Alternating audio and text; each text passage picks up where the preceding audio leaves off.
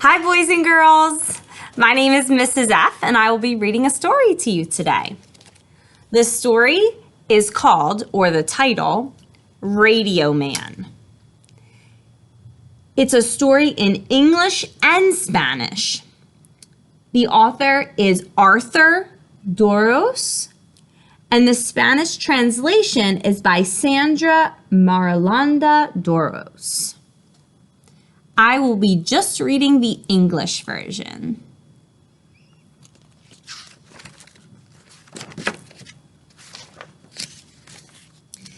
Diego woke up to sounds of a deep voice on the radio.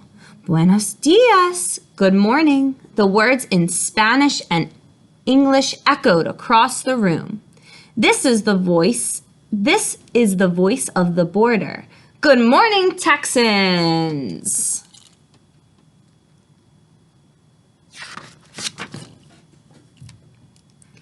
¿Está listo? Asked Diego's grandfather. Abuelo? I'm ready, said Diego. Beep, beep. A truck's horn sounded outside. Diego's mother and father and little sister Alicia were already waiting in the front seat of the truck.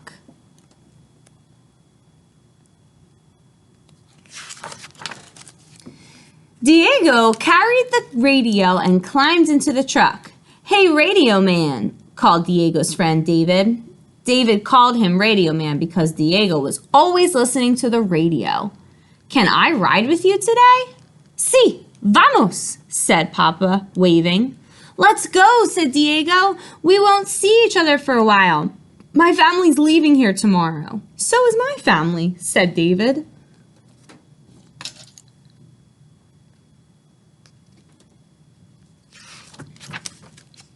Diego's family and David's family were migrant farm workers. They traveled most of each year to find work picking fruits and vegetables. This was the last day of cabbage picking. It was dusty and hot in the fields. Whew. The boxes of cabbage seemed heavy. Diego and David thought the boxes were as heavy as elephants.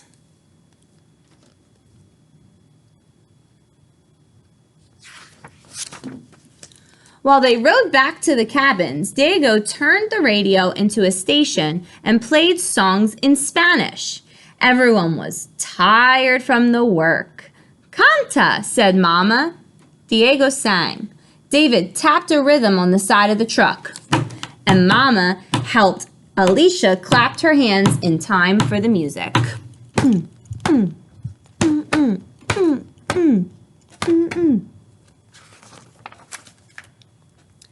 The next morning, Diego and David said goodbye. They hoped they would see each other soon. Diego waved until David was out of sight. Diego and his family drove west over the mountains. You're listening to KKTS, Cactus Radio Broadcasting from Tucson, the Cactus Land, said a man's voice on the radio that night. This is the After Sundown show, and I'm the night owl.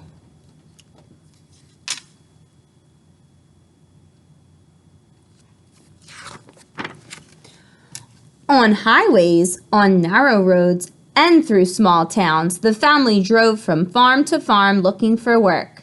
Hello, you turned into Bird Radio of Phoenix, Arizona. I'm talking to you from the banks of the Gila River. When the radio voice got louder and louder, Diego knew they were getting closer to a town.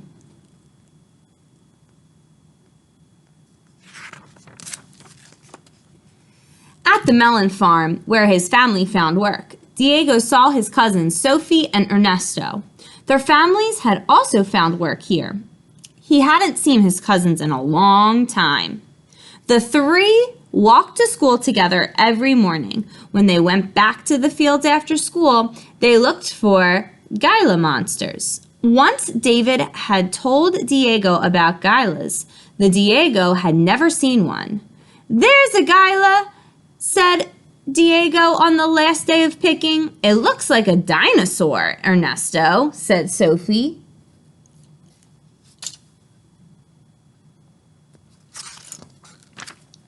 That night there was a party with music, food, a piñata to celebrate.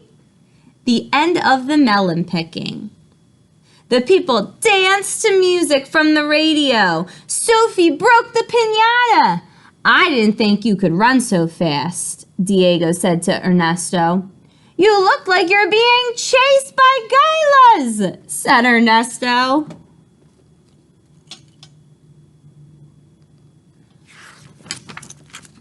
The next day, Diego's family started the long drive to the cherry farms. It was hot in the truck during the day, so the family drove in the cool night. Diego was almost asleep, leaning against Abuelo, when Abuelo jiggled his arm. Escucha, he said. Diego listened to the crackling sounds from the radio. Abuelo turned the radio slowly. Buenos noches. The voice only spoke in Spanish. The songs were in Spanish, too.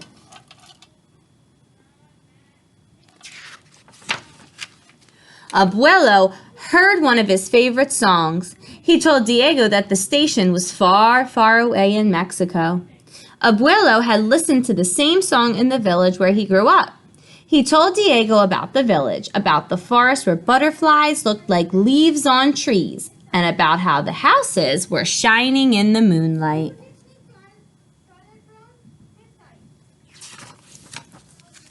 By dawn, the family was near Lodi, California.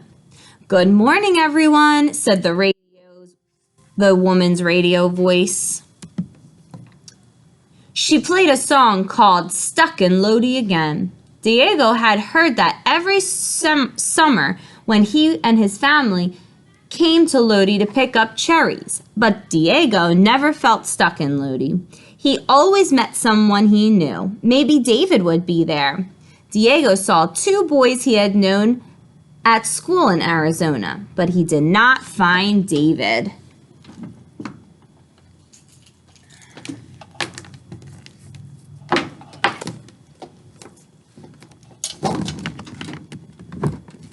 Charge my computer.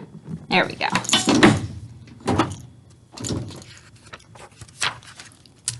While he emptied buckets of cherries and took care of Alicia, Diego looked for his friend.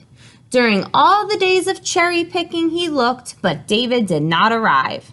Today is the last day of cherry picking, the woman on the radio said. It's been a great harvest this year. We'll go north to new places, said Papa.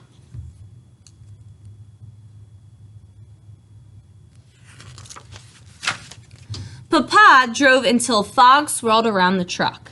Diego heard the waves crashing.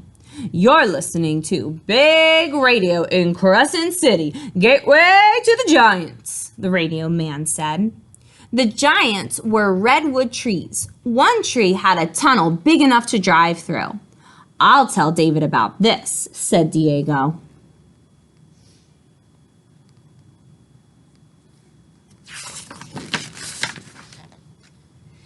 The family drove through the forest and through the dry country. They stopped at the roadside store to get something to drink and eat. A woman was looking at melons, trying to find a ripe one to buy. Ripe means ready to eat.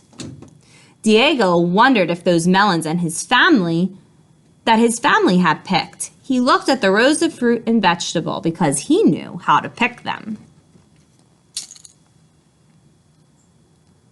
So he was wondering, he said, did I pick these?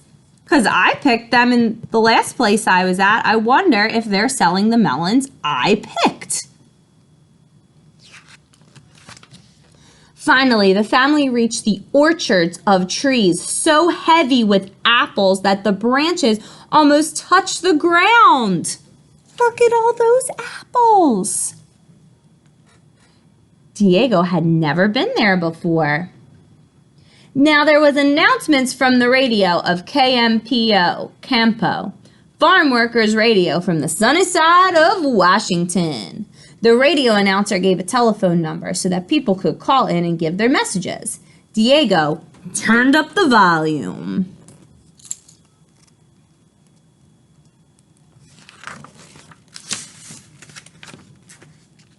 Paco, this is Lupe.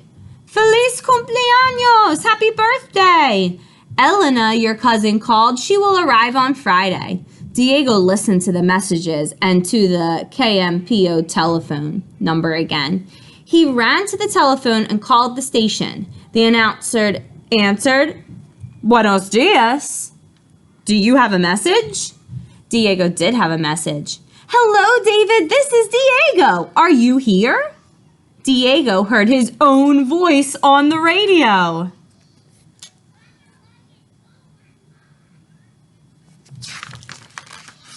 Someone was listening.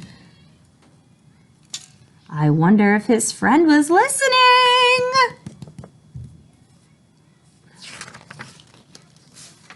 And when we finish a book, it's the end. Thanks for listening. Bye.